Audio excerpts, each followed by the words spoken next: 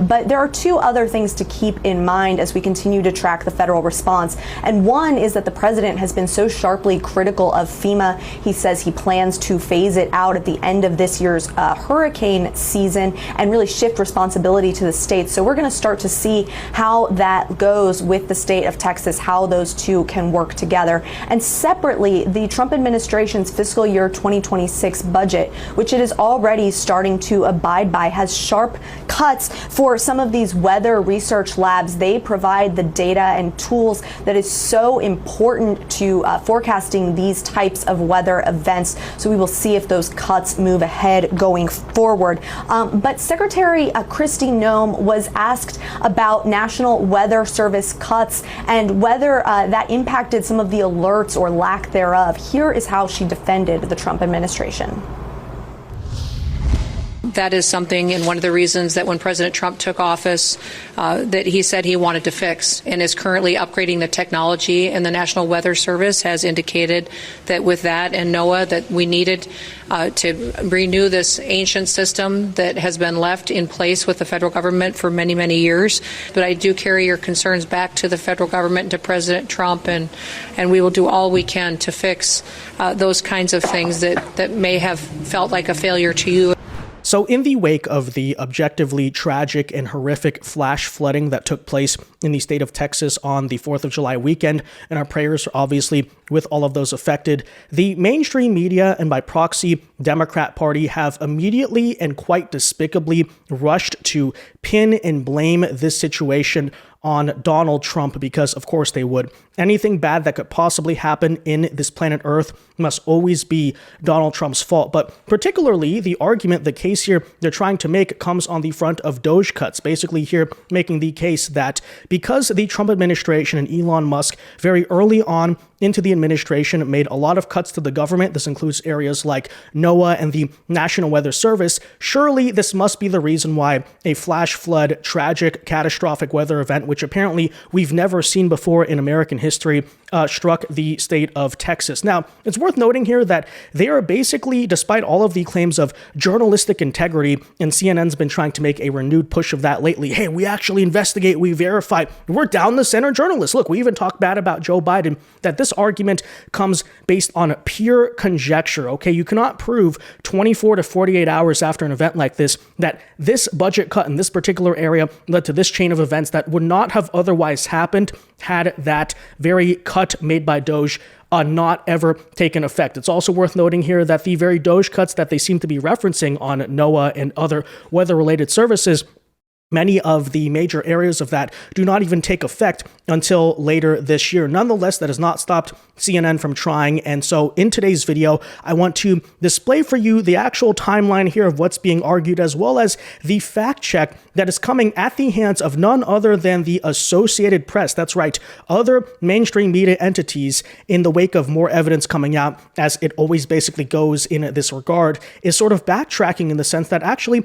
oh, wait a minute, we're starting to find out about the reporting here that there was forewarning of the flash flood. As a matter of fact, even when it comes to NOAA and the Weather Service, they were not understaffed because of DOGE. As a matter of fact, they were overstaffed, and this still happened. Now, why did it happen? There's a lot of reasons to blame for that. In some sense, it's like, okay, this is just something that was catastrophic, unpredictable. In another sense, there are also areas to blame here in terms of the local emergency infrastructure of the area, which, by the way, has nothing to do with DOGE, nothing to do with Donald Trump. This is apparently an issue, according to local officials, that has gone back for many decades and obviously ought to be addressed. But again here, to sit here and pretend as if all of this immediately we can pin on Trump, despite the fact that when you go back and look at the timeline here, by the way, going on this argument, right, that, oh, the government has never been underprepared for something before. You've never had tragic weather reports before. Obviously, Joe Biden, this surely never happened, is completely undercut by a lot of events I can think of.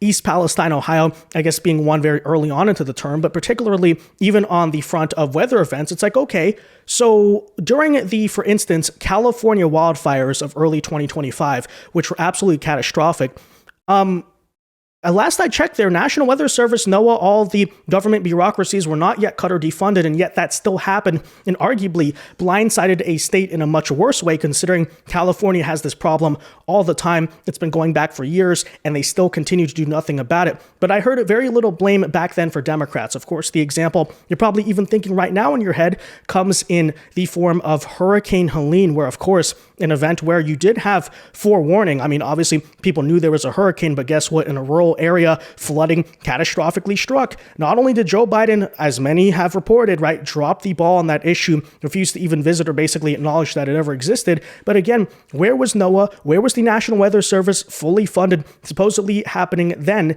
This argument is utterly ridiculous. Nonetheless, we'll get into it. We'll tell you all about it here today and what is happening on this front. So with that said, guys, do us a big favor here. As usual, you know what to do. If you enjoy our content, make sure you hit that like button down below. Subscribe to the channel if you are new. You doing both of those things ensures that we can keep doing these videos and share them, get them out to more and more people. And with that said, I mean, immediately, just to show you the side-by-side contrast, I'm not trying to be in any way facetious on, for instance, the Hurricane Helene argument. No, it was CNN themselves who were on camera not 2 days actually, but 2 weeks after the flooding in North Carolina, trying to shut down and ridicule any arguments that the Biden administration might have been to blame for that weather event. Yet 2 days after the flash flood we saw in Texas, which again, you're talking about hurricane versus a flash flood. I mean, one is significantly more unpredictable, I guess, than the other in a certain way, right? I guess you can make that case. Nonetheless, here is what we're dealing with, just to give you an idea.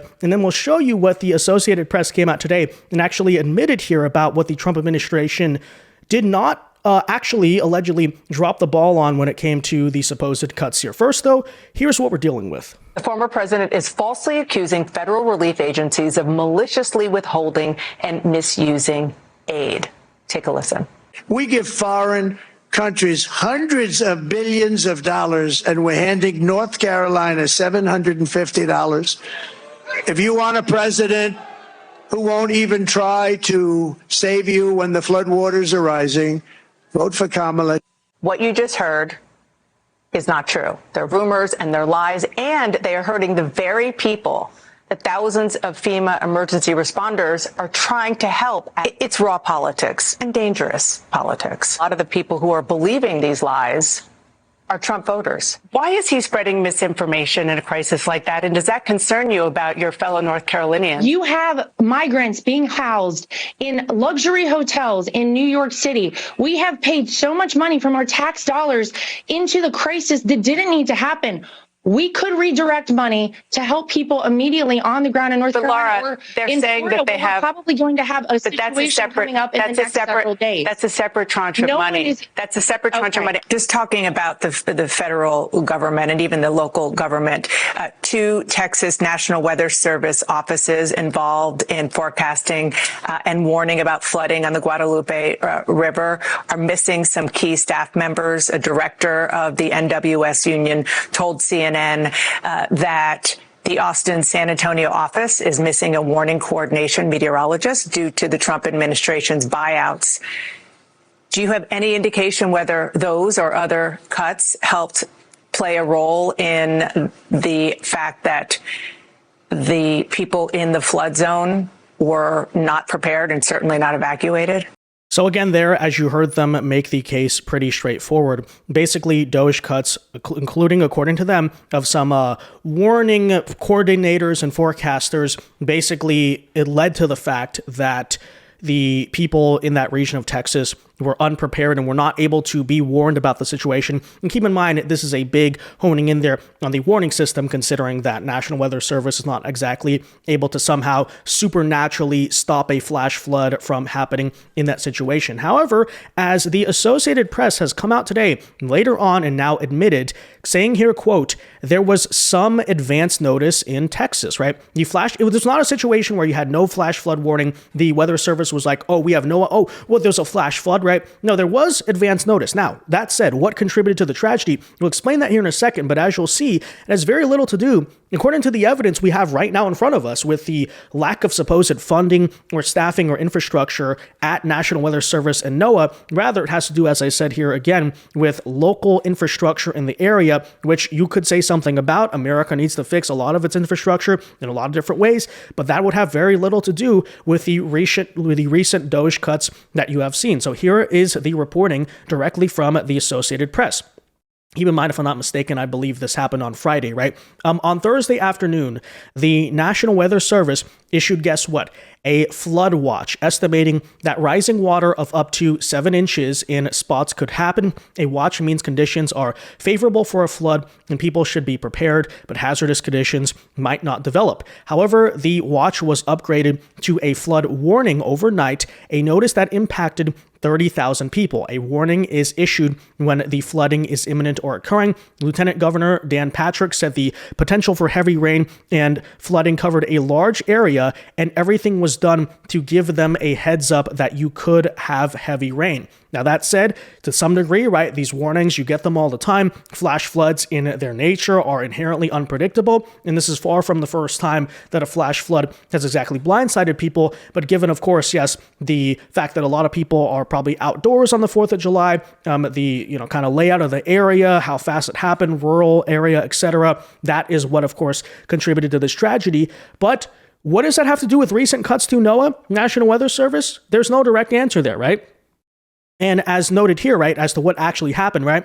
However, when asked how people were notified in Kerr County so they could get to safety, Judge Rob Kelly, the county chief's local elected official, said, quote, "We do not have a warning system." So again, as I said, the legitimate criticisms that are to be had here have to do with the infrastructure in rural America and the fact that in a situation like this, it's very hard to warn people, I guess, or whatever. But however, the problem with that is if you made that case, if you said so honestly, which is objectively what happened here, it's not the fact that NOAA or National Weather didn't see a flash flood potentially coming. It's the fact that it was hard to get the message out there because of infrastructure. The issue is it would be very hard to pin that directly on Donald Trump or DOGE or any of these things because, again, this is a long-standing issue that dates back years, decades in America, and you saw a very similar situation, for instance, break out in the rural parts of North Carolina over similar flooding issues. But anyways, there you have it. As you can see here, as of July 3rd, 2025, this is a published article out of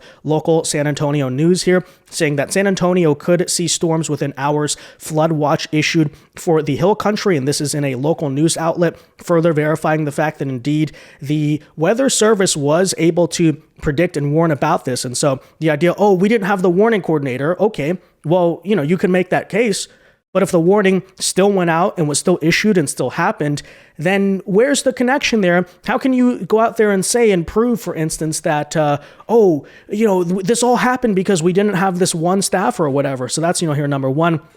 Other people have pointed out these are screenshots from the time on their weather app of how you had a flood watch, yes, in effect on people's phones, maybe even on people's TVs. But again, maybe you need sirens, maybe you need a better way to warn people. We're not disagreeing with that by any means, okay? But that again has to do with a decades-long debate over American infrastructure, not the fact that some recent staffers got laid off or fired by DOGE. Furthermore, on the very subject, the very question here of understaffing, because this is the big argument that you heard even directly there from CNN, and they've been trying to make this case for several days.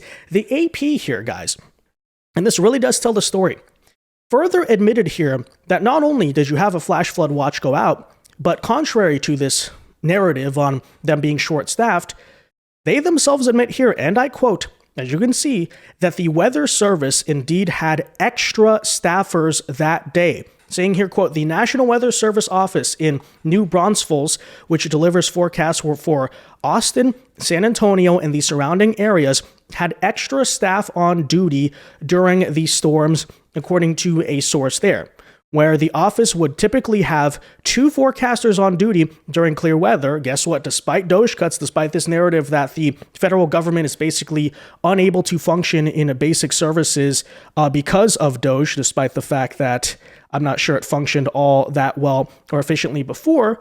No, that is not the case. They had extra. As you can see, they had up to 5 on staff, saying here, quote, there were extra people here that night, and that's typically in every weather service office. You have staff up for an event and bring in people on overtime and hold people over, Runyon said. And so again, the conclusion here is that based on all available evidence, it's very difficult to say the National Weather Service in any way or their understaffing or whatever is to blame for this. There are other issues you could bring up, infrastructure, etc. But when you have the fact that the flood watch and the flood warning went out on time, they were talked about, up to even 24 hours before the 4th of July itself, when you consider the fact that you actually had extra staffing on hand, as should be the case in an emergency event, the narrative there is just utterly ridiculous. But of course, that has not stopped CNN from taking this to even further and more ridiculous lengths after, I guess maybe realizing that we cannot simply double down on this one narrative of DOGE because that might fall apart. Take a listen here as CNN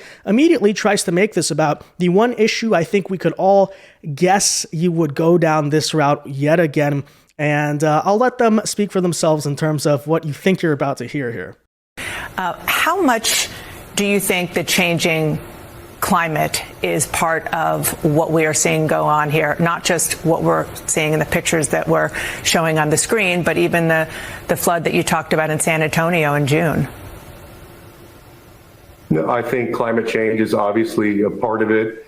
These floods are happening more often in more parts of the country and really all over the world. And so we have to face that reality and be better prepared for it and combat it. Do you have any indication whether those or other cuts helped play a role in the fact that the people in the flood zone were not prepared and certainly not evacuated?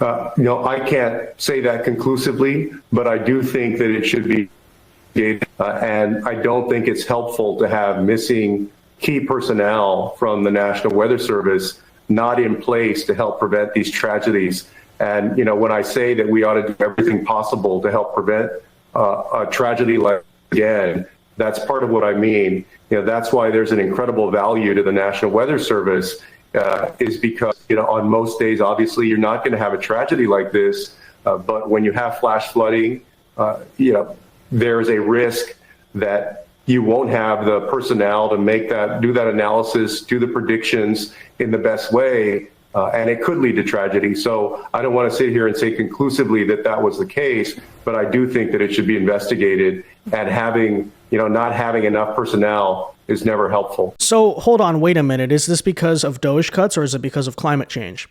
Or are you really just going to try to throw everything as one gigantic amalgamation and try to make that come off as a sincere argument and not just pure Trump derangement syndrome? Serious question there, right?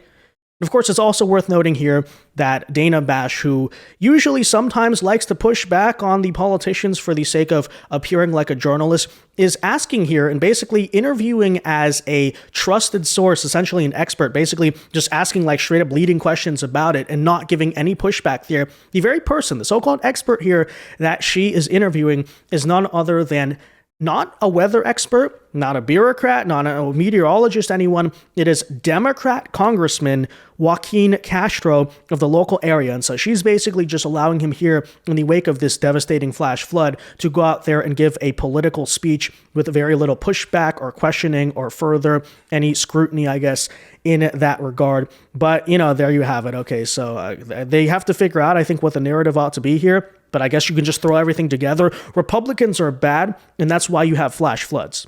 Sounds pretty ridiculous, right? But again, that's what these people want to sink to the level of. Now, with that said, I think it is also worth noting here that when you want to talk about the political response to this, for instance, you might cite the right-wing criticism of, the Biden response to Hurricane Helene.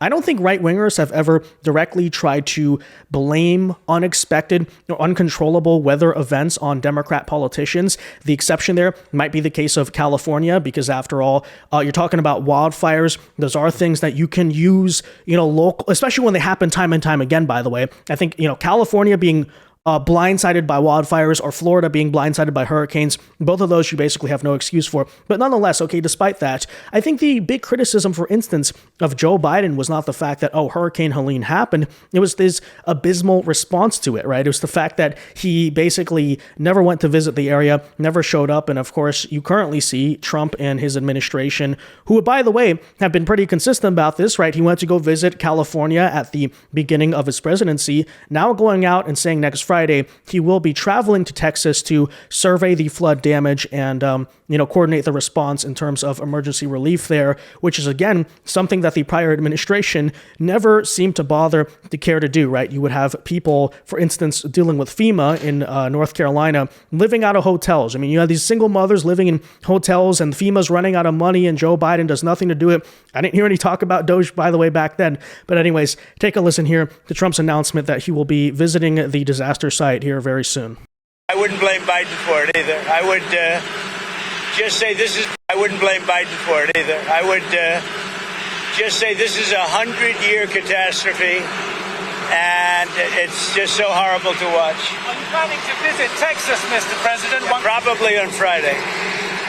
We wanted to leave a little time. I would have done it today, but we'd just be in their way. Probably Friday. See the difference there? And by the way, I think it's also worth noting here that, again, this is far from the first time in the past couple of years to even decades where you had a weather event, forecasted or not, that basically ended up being more extreme and the local area was not prepared for it. But I would also say, in some sense, right, could that not also be an argument in favor of DOGE doing what it wanted to do on our government bureaucracy? And of course, you might look at that and say, what? How is that the case? But it's like, no, actually, right? We're not just talking here about cutting government. What is in the name there?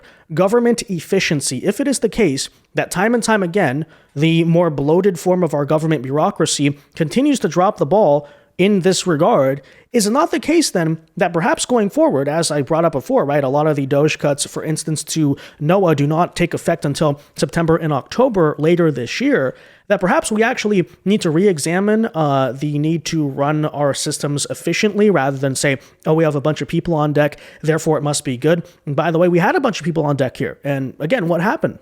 So I don't know. But with that said, guys, let me know your thoughts on all of this in the comment section down below. Again, our prayers are obviously with the victims and all those affected by this horrific event. Be sure to leave a like on this video, subscribe to the channel if you are new, and until next time, God bless and peace.